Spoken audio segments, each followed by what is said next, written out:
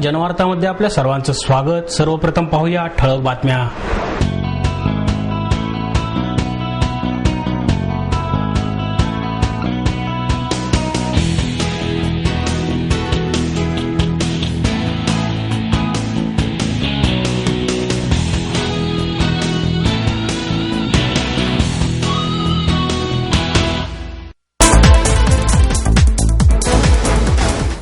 टेकड्यांवरील बांधकामाबाबतच्या निर्णयावरून आता राजकीय धुडवळ रंगण्याची चिन्हे दिसत आहेत। मुख्यमंत्र्यांनी काँग्रेसच्या मेळाव्यात बोलताना समाविष्ट गावांचा विकास आराखडा लवकरच मंजूर करण्याबरोबरच शहरालगतच्या जैववैविध्य उद्यानाचे आरक्षण असलेल्या टेकड्यांवर 4% बांधकामाची परवानगी देण्याचा निर्णय जाहीर केला।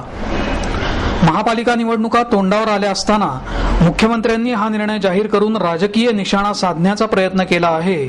यापासून ते शहराच्या हिताचा बळी देऊन मुख्यमंत्र्यांनी राष्ट्रवादीच्या दबावाखाली येऊन बिल्डर लॉबीची धन करणारा हा निर्णय घेतल्याची टीका होत आहे। या विषयावरून शहराच्या राजकीय क्षेत्रातही धुळवट रंगण्याची चिन्ह असून त्याची सुरुवातही झाली आहे। या निर्णयाकडे आस लावून बसलेल्या राष्ट्रवादीच्या शहराध्यक्षा वंदना चव्हाण यांनी या निर्णयाचा पुनर्विचार करावा अशी मागणी केली आहे। चीफ मिनिस्टर साहेबांनी काल जी भूमिका मांडली ही मला वाटतं काँग्रेस पक्षाने टोटल घुमजाव केलेला आहे।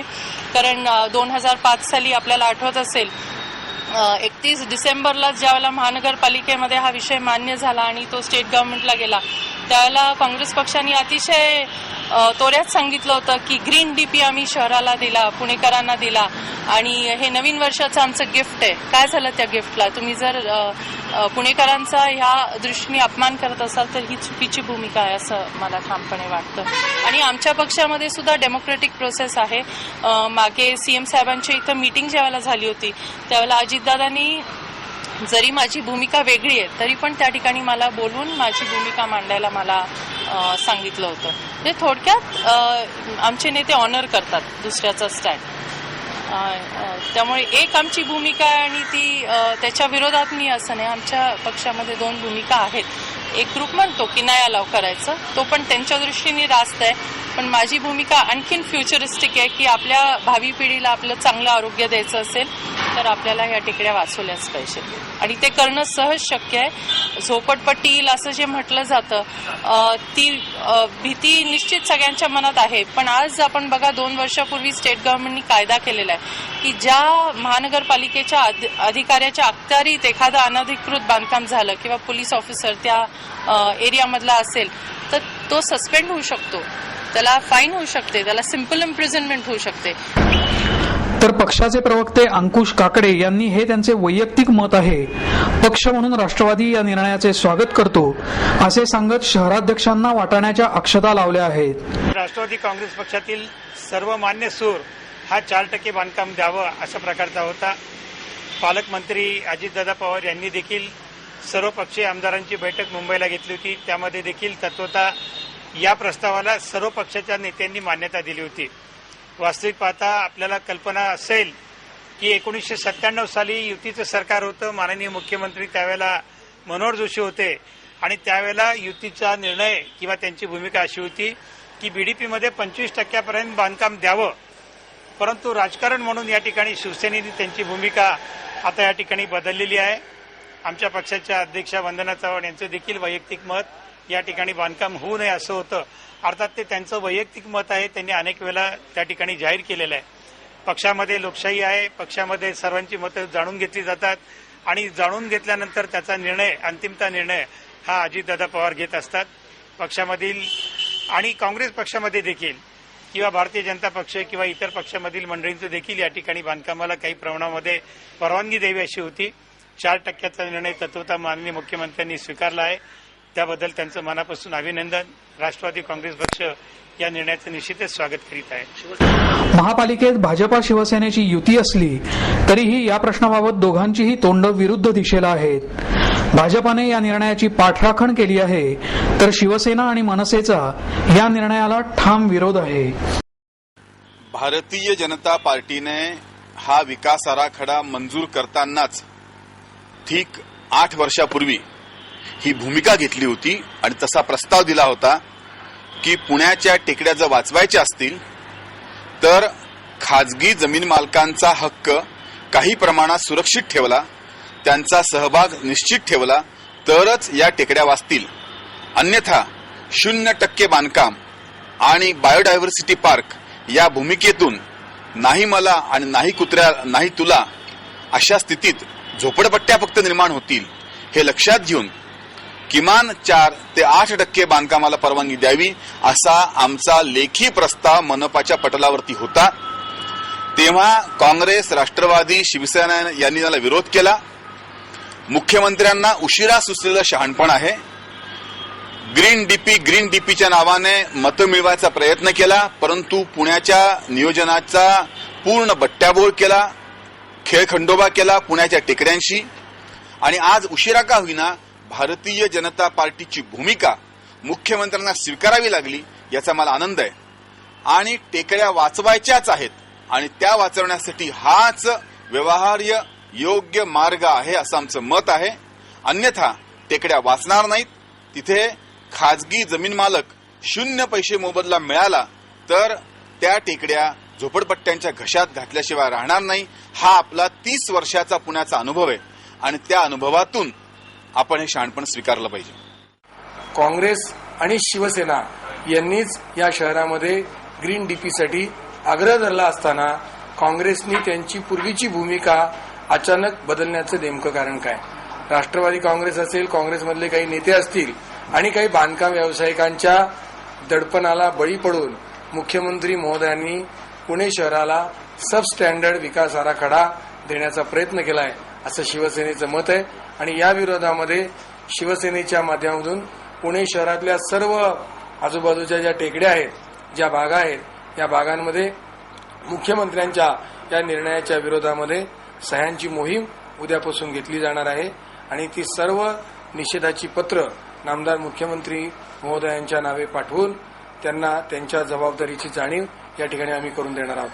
काँग्रेसचेच तत्कालीन केंद्रीय पर्यावरण मंत्री जयराम रमेश यांनी देखील सांगितलं होतं की या शहराच्या टेकड्यांचं जतन झालं पाहिजे आणि त्याच्यासाठी निधीची कमतरता आम्ही पडू देणार नाही.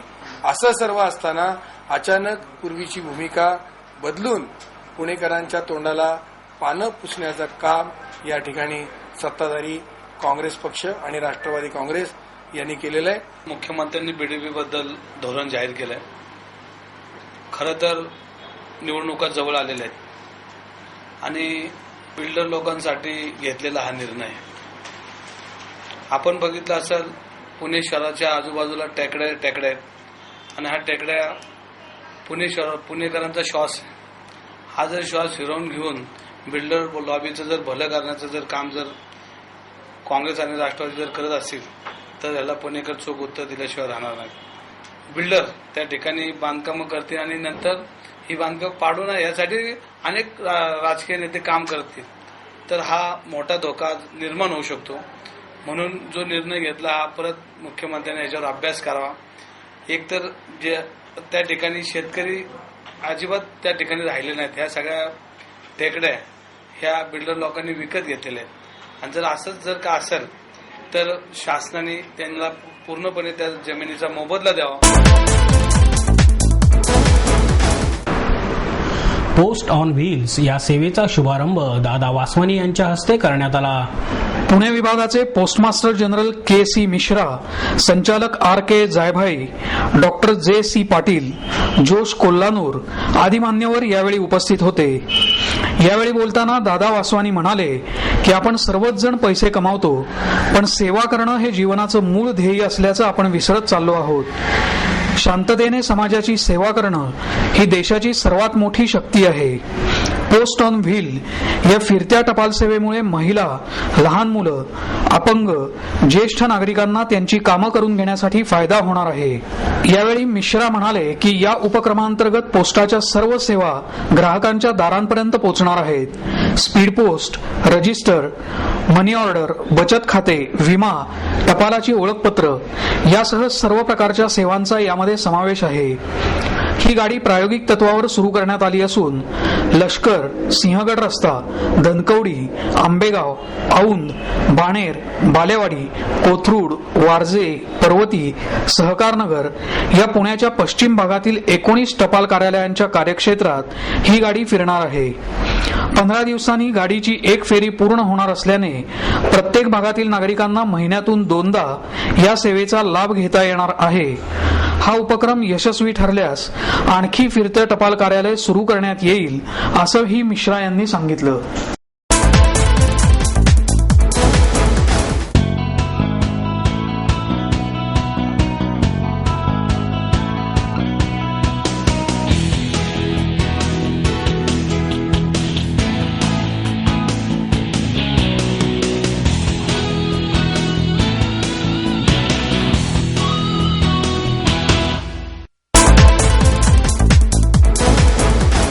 रेणके आयोगाची अंमलबजावणी करण्यात यावी या मागणीसाठी बंजारा क्रांती दलाच्या वतीने जिल्हाधिकारी कार्यालयासमोर निदर्शने करण्यात आली. भटक्या विमुक्तांना शासकीय नोकरीमध्ये शिपाई, पहारेकरी आदी जागांवर सामावून घेण्यात यावं, तसंच सरकारी नोकरी देताना गुन्हेगारी संदर्भात जी अट घातली आहे ती रद्द करण्यात यावी. रेशन कार्ड आणि जातीचे दाखले मिळण्यासाठीच्या अटी शिथिल कराव्यात. भटक्या आणि विमुक्तांना प्रत्येक जिल्ह्यात घरं बांधून देण्यात यावीत. स्थानिक लोकांकडून होणारा त्रास दूर करण्यात यावा, याबाबत संबंधित अधिकाऱ्यांना सूचना देण्यात याव्यात आदी मागण्यांचा समावेश जिल्हाधिकाऱ्यांना देण्यात आलेल्या निवेदनात करण्यात आला आहे. पुणे शहर अध्यक्ष सुरेश राठोड, भटक्या विमुक्तांच्या आघाडीच्या सुनंदा मानवी, आरपीआय पुणे जिल्हा उपाध्यक्षा कल्पना पवार, दिलीप परदेशी, भरत विटकर, जीवा राठोड, चिमण राठोड, नारायण चव्हाण, चंद्रकांत राठोड, मोतीबाई जाधव, किसन राठोड आदी पदाधिकारी या आंदोलनात सहभागी झाले. निसर्गरक्षक कृमी आणि कीटकांच्या छायाचित्र प्रदर्शनाचे बालगंधर्व कलादालनात आयोजन करण्यात आले आहे.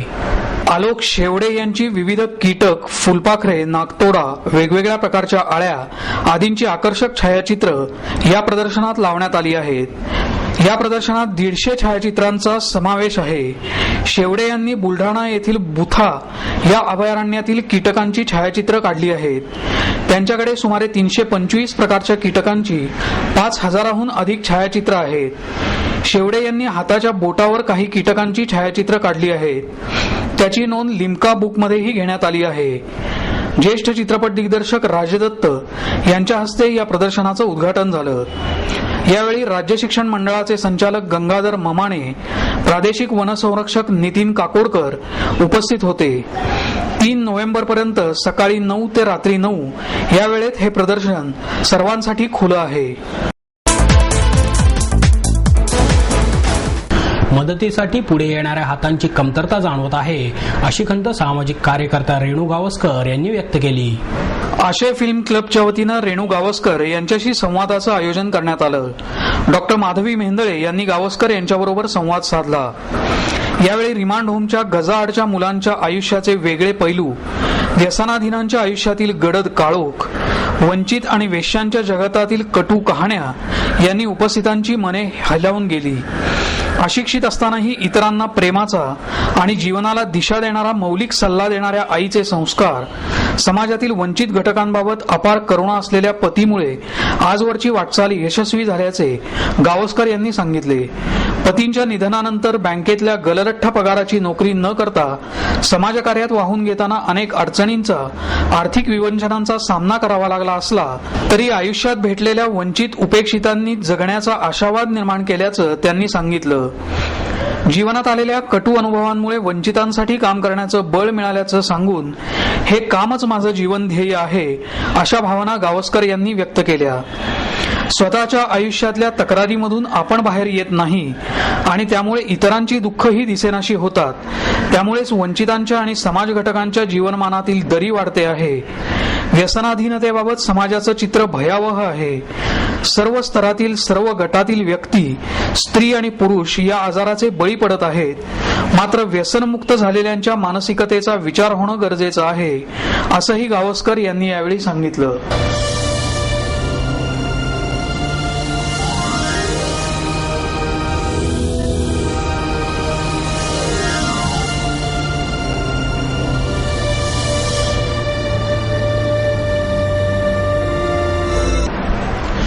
याबरोबरचे बातमीपत्र संपलं. पुन्हा भेटूया उद्या याच वेळी. नमस्कार.